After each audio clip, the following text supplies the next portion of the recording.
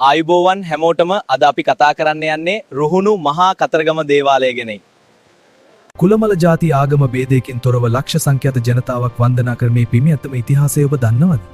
කතරගම ගැන මුල්ම ඉතිහාසික සාක්ෂිය හමු වෙන්නේ මහා වංශයෙන් ඒ කාජරගාම කියන නමින්.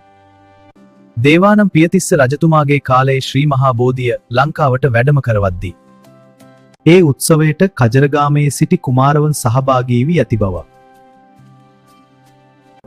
ඉතිහාසයේ සඳහන් වෙනවා. ඒ වගේම රෝහණ රාජධානියේ ප්‍රධාන නගරයක් විදියටත් කතරගම ඉතිහාසයේ පුරාම වැදගත් තැනක් ගන්නවා.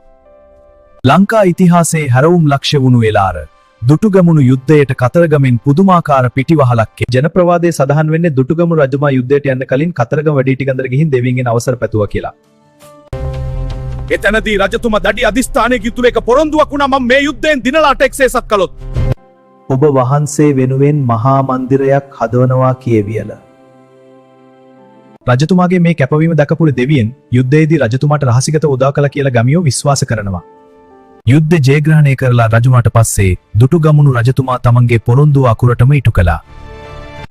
රජතුමා තමයි අද අපි දකින රුහුණු මහා කතරගම දේවාලය මුලින්ම කරවන්නේ. ඒ විතරක් නෙවෙයි රජතුමා දේවාලයේ නඩත්තුවට සහ පූජා පවත්වන්න විශාල ගම්වර සහ කුඹුරු පූජා කළා. දැන් අපි බලමු කවුද මේ කතරගම දෙවියෝ කියලා. මේ ගැන ප්‍රධාන මත 3ක් තියෙනවා. පළවෙනි මතය තමයි මහසෙන් රජතුමා. කතරගම ප්‍රදේශයේ පාලනය කරපු මේ මහසෙන් කියන සිංහල රජතුමා තමන්ගේ ප්‍රදේශයේ ජනතාවට කරපු අසීමිත සේවය නිසා එතුමා මිය ගියට පස්සේ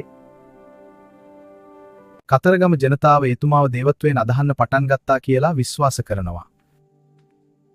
දෙවනි මතය තමයි ඉන්දියාවේ ඉඩලා ලංකාවට වැඩම කරපු ස්කන්ද කුමාර දෙවියන්.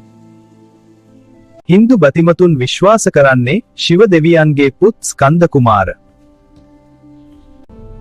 අසුරයන් පරදවන්න ලංකාවට අවිත් කතරගම වැඩ සිටි කන්ද තමන්ගේ නිවහන කරගත්තු බවයි.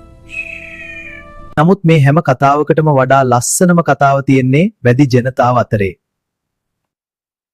ඒ තමයි වල්ලි අම්මගේ කතාව. කතරගම දෙවියන් ලංකාවේ වදී කුමාරිකාවක් වුණුවල්ලි අම්මා එක්ක විවාහ වුණා කියලා ජනප්‍රවාදයේ තියෙනවා. අන්න ඒ නිසයි අදටත් කතරගම පෙරහරේ වදී ජනතාවට විශේෂ තැනක් ලැබෙන්නේ. වදී ජනතාව විශ්වාස කරන්නේ කතරගම දෙවියෝ කියන්නේ තමන්ගේම නෑක් කියලා.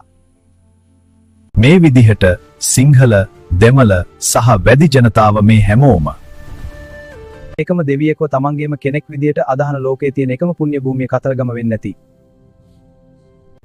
කතරගම කියන්නේ හුදෙක් ආගමික ස්ථානයක් විතරක් නෙවෙයි. ඒක ලාංකික අනන්‍යතාවයේ සහ ලොකු සංකේතයක්.